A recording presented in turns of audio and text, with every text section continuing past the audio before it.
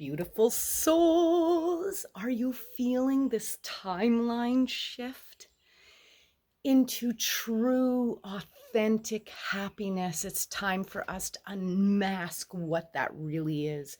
Are you starting to feel these moments of like extreme bliss? Like just happiness, true happiness, where you're like, I have never really felt it like this before. Like it's just in your consciousness almost for nothing, but it is just this sense of like being, connectedness, feeling one with source and all that is. Can you feel that? Okay, stay with me, subscribe, leave a comment or a question if you've got one. By the end of this video, I hope that this will completely unmask what true authentic happiness is. I'm really excited about this because I feel like I have done everything I can to live in authentic happiness, which I have a list here and then I'm going to break it down. It's quiet. True authentic happiness is quiet. It's still. And you might have been feeling that along the way as you're like, I just want to slow down. I want off this hamster wheel. It's the beginning of knowing that happiness, the true authentic happiness from within you, wants that. It wants stillness. It wants peace. It wants quiet. And we'll get into all of that. And good balance. Good balance. What does even good balance mean? If you're following me, please do subscribe. I'm all about bringing like a spiritual awareness to your mind, body, soul, and spirit. If you can have a spiritual awareness about these things and know that you're so much more than just the human that's here to work hard and work towards your retirement, and no, none of that is the truth. There's so much more, but we have to have this awareness of, and to bring it all into balance, your mind, body, soul, and spirit in balance. We'll get into all of that. The thing our soul wants the most, above and beyond anything else, is connection. Absolute connection. And I want you to pay attention to the things that society is doing if you want to see how relevant this is. Like trying to get us just onto our phones so that the connections that we're having are through like likes and follow my Facebook friends that I've never met before in my life and never had a face-to-face connection with, to the point where people, even when they're together at dinner, are both on their phone, so there's no connection. We're being and wondering what's missing. I'm missing something. Yeah, this authentic connection. These are all little pieces that are simple once you're conscious of them, that bring authentic happiness. Now, I want to also touch on the importance of like having faith and dreams, which also has been destroyed. It's like we don't ever think that we could dream because we forgot how to use our imagination. If we want to, we now go to a screen and we'll watch a Netflix something and it's in HD and it's in there, whether you know it or not, your mind truly is experiencing those things. Yeah, which is not necessarily a good thing because it's all in very dense, dark, heavy, not the other side of it, where if you're dreaming, if you're getting excited, if you're feeling love and above, and if you know what it is that you want and you start to really, truly manifest it through your imagination, this is activating another whole part of your significant happiness, authentic happiness, in line, in balance with all of the above. Now, here's the thing. Basic psychology is Maslow's hierarchy of needs. And again, look at what society has done such a good job doing. Maslow's hierarchy taught it's a triangle, and the bottom of it, we need to be able to breathe, eat, and sleep, have a roof over our head. The next is feeling safe, because sometimes you can have a roof over your head and somebody is giving you a piece of bread, but it doesn't feel safe. We need safety too. And look who's destroying that every day. Pay attention, but you can still feel safe even regardless, okay? Then you've got love and belonging. And at all of the ages and stages of development, um, I'll get into this. Oh my goodness, look how they're destroying the authentic sense of belonging to yourself and source. And so that's kind of been misshaped because I'm just going to jump right into it. My friend's 13-year-old is already talking to me about, I'm like, I hope that you're going to travel and have all kinds of experiences. And she said, no, I have a big test that I have to take this year. And it's going to tell me what courses I can take, which is going to help me decide what career I'm going to have. And I know that I want a house and the kids and the career. And so I really have to make those decisions right now. And I'm thinking, your brain isn't even fully developed till 25. And look at how that's just sacrificing everything in her imagination, in her ability to dream, and her ability to have hope. And it's just created this script which she is falling for. And it could be an illusion and not necessarily in line with her soul. Maybe it is. I don't know. Who am I to say? But I'm thinking this sense of belonging also is giving them these false representations through online connections and following the trends. Like they all have to have the lashes and stuff like that to feel like they fit in and they belong. And who says us not even letting them be authentic? Like I want to question her, like, what are you're going to wear those until you're 40? What if things change? Then all of a sudden your sense of self and self-esteem is completely thrown into the air. This happens a lot too, I see, with like moms when you get to the empty nest syndrome stage, they call it, because you always had this, your self-esteem and your sense of self was always identified with this role. Like, who am I if I'm not a mom, right? Like, this is so important that we take the time to, because that's a part of true authentic happiness. Think about it, right? And then when you get to all of these are in balance with everything, that's when you can get to like self-actualization. You're in a place where you are just so full of love for life, for yourself, for everything, for the oneness, for the dreams, for the intuition, for the guidance. This is happiness, absolute happiness. You know, I'm going to take you for a little walk. Let's go for a little walk. I often think about, the other countries and how, maybe in, like when they show that video of like a little boy sitting, skinny sitting in a puddle. He's sitting in a mud puddle, and they play on your heart saying, look at this sacrifice and give to charity and help. And I'm thinking, somebody had to go there. Somebody had to go there and stage that and have that child sit there and take footage of it and then paint that picture around it. When I'm thinking, you know what? I have friends that I talk to online from Africa, and she's got one bowl of rice and she's taken in like 15 children. And when those kids are playing and when they have a full tummy, there's a humbleness and a gratitude that they're happy.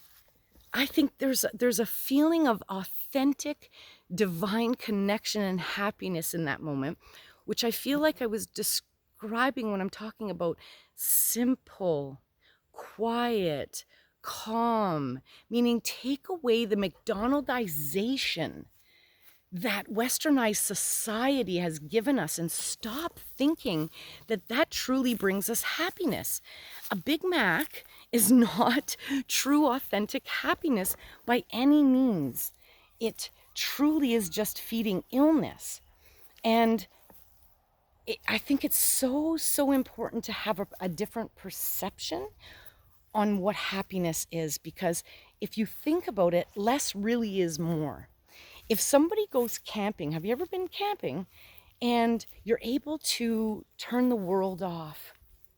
And when you don't have to feel like you have any pressures, isn't that what we all want? And we've been misled to feel like, well, we better get the good job so that we can, afford the house and have stability, and then we're going to have peace and happiness. That's not necessarily the case, because then it's so all about still having to pay those bills in essence, and not have what we keep working towards. I feel like is that freedom to be like we are a child again. And I feel like this lifeline shift that's happening in the universe right now is allowing us to truly come back to like, wait a minute, what do I want more? Things or experiences? One of my favorite quotes is, collect moments, not things. Oh, because you know what we take with us in the end? The connections that we made. And that's only if you actually go out into the world and see people face to face, not just online clicking likes. Connections, experiences, we take that with us. And those experiences are what truly make us come alive, what truly make us be able to think a little bit wider, think a little bit deeper.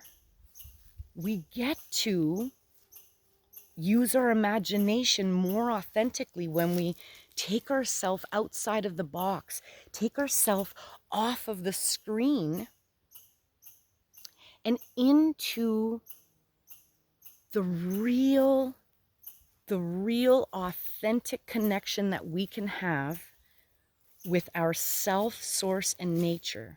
Because if we can let everything go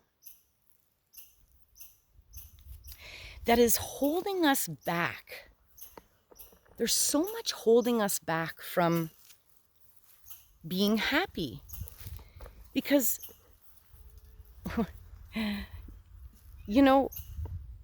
it's really, really a funny picture that they've painted for us, that if we do this, and this, then eventually we're going to have retirement and freedom and everything like that. But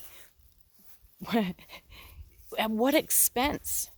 Because then all of your ability to have your body imbalanced and the ability to be well, to enjoy all of those experiences are going to be far less. So why would we sacrifice that? Because we've been conditioned to think that that's the safe way, that it's safe. I want to try and show this flower. That it's safe to give up your happiness for this false illusion that at one point they're going to give us the financial security and the time to be able to do what it is that our soul is asking us to do. But that's not the case. If you talk to any senior, it's not the case. So I think with this incredible shift, we are in a position now where we can absolutely really choose. Because when you think about it, what do we really need? Like, it's all about perception. If Maslow's basic needs are like having the roof over your head and food, and you know what? Does it need to be $1 million mansion then? Like, truly, does it need to be? Because if the end result in your life, if you're really wanting, like, I'm going to have all of this and then I'm going to have freedom, you don't Not if you've invested in huge things like that, which then what they do is it makes you now have a debt.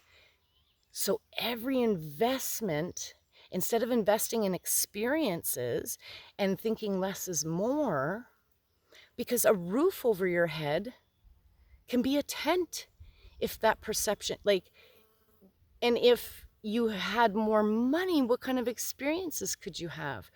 I remember as a kid, my dad would drive me through all like the rich neighborhoods and the mansions, and he'd say, like, dude, if you want this, you could have it. But you're gonna work really, really, really hard. And here's something about all of these people. Notice nobody's home because they have to work. So they own this, but they don't really ever get to enjoy it.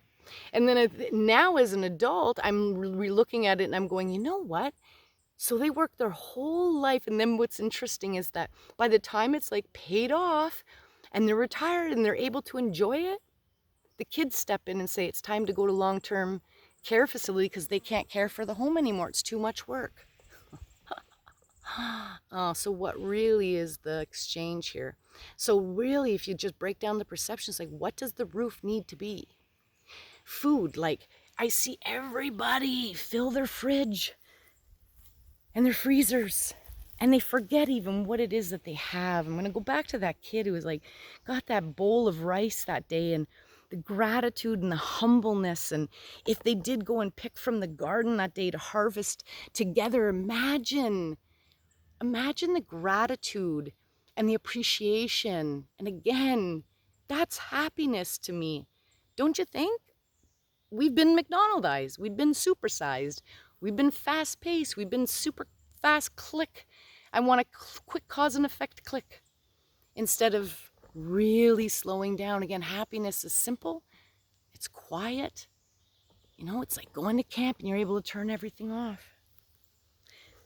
So what is the perception of happiness for you? And it's time for us to shift. This is what's happening. People are realizing, hey, wait a minute. I don't want to have to do so much work for this potential possibility. If happiness is in me, what do I really want? You know, you get into that, okay, I can figure out what the roof is. And that can, I think, you know, they make this idea of renting, you know, such a thing. Like, yes, I own a house, but I'm reflecting back to when I was renting, and there's a far bigger possibility of having freedom there. Because if at any point you don't know where your life's going to take you, if you get an opportunity for a new job or whatever comes up in life, and you want to be able to just go, you no longer now have to think, well, what am I going to do with my house? And the responsibilities if you're going to rent it, and are you going to this, are you going to that, are you going to sell it, are you going to, you know, if you have an apartment, you just go, I want change, you move. Go find another roof. It can be anything, right? Once you have that and you have this sense of belonging is something to be said. You can find a community where you completely feel connected. If you're like me, I love everyone. When you get to this new love and above, like, I love and want to connect with everyone and anyone. I have never judged. I don't know how to judge. If I see a soul in any state or condition, I'm just curious, what's your story? What's happened to you in life? How are you? Are you happy? And I just love to connect. And so this idea of like, people say, well, I don't want to move because I don't want to leave my family, and I don't want to. What's going to happen if you were to just let yourself go out into the world? Who are you going to meet? Who will you connect with? What could that turn into? There's so many people right now searching for this like soul family. And I don't think that you can find them if you just stay stuck in one spot. Thank God if you are using the digital world to find those connections. But I think it's time for us to like truly go out into the world and meet face to face. I'm really feeling that very, very deeply, that it is time for us to rise, because here's where now this is going to build our our self-esteem, that next level, and getting into that self-actualization. Like when you truly break free from all of it and you go, you know what do I really want? Like, I'm going to really look at what I really want. What do I really need?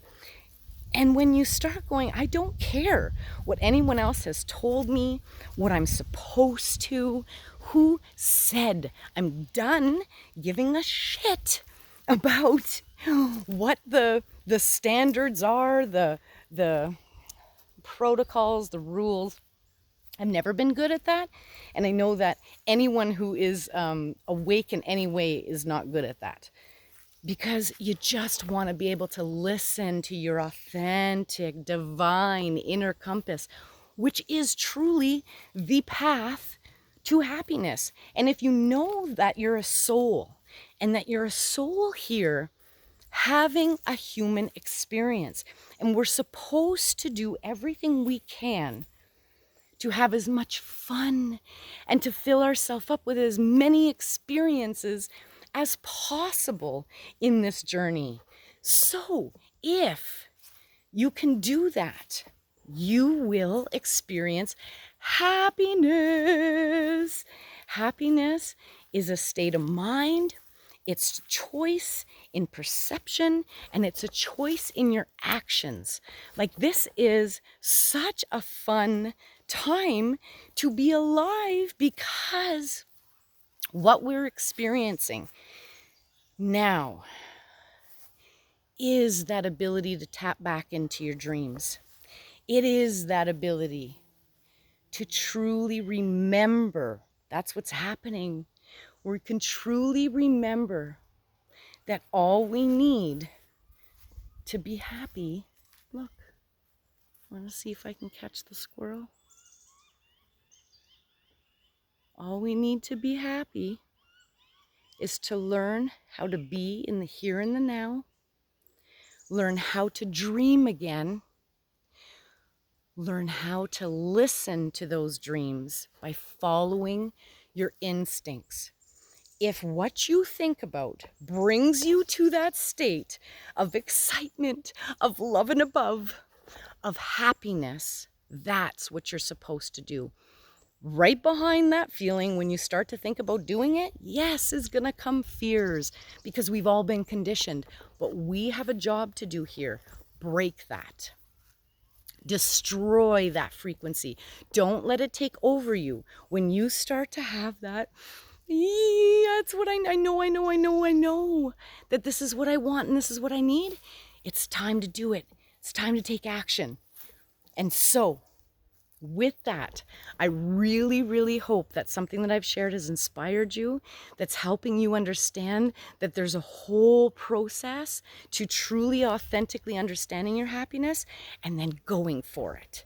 And each little step that you take towards it, as it keeps bringing that excitement frequency into you and that love and above, and you continue to grow your faith, you get happier and happier. And guess what? The minute that you open up, you get more to be happy about.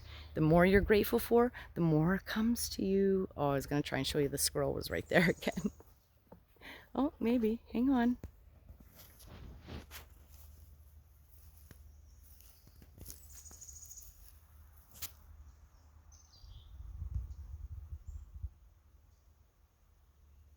Are you there, little chippy?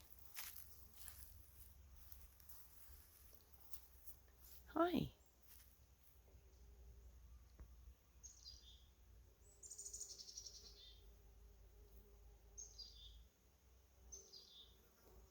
Little chippy. I love you, I love you, I love you. And you can get to this place where you're one with everything. And you can just feel that everything is connected. And that we're so blessed.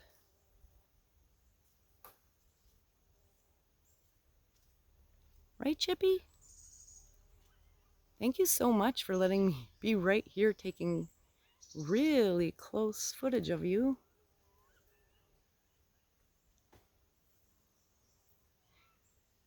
You're not really a chippy, you're a squirrel. But you're adorable. You gonna come say hi?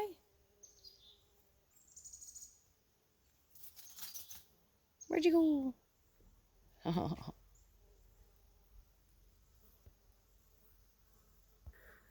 Oh, so cute. Okay, I thought it was, I didn't know if it was still recording. It is. Excellent. So see, in that moment, nothing else existed. And to me, that's happiness. Connecting with Source, feeling that connection, knowing that we are one is the beginning of truly tapping into happiness. It's not in that next thing, it's in your next dream. Dream big, dream wide, believe, feel it, love it, own it. This life is yours, and only you can create your best life because only you know what that is. Start dreaming big. I love you. Much love, much love, much love.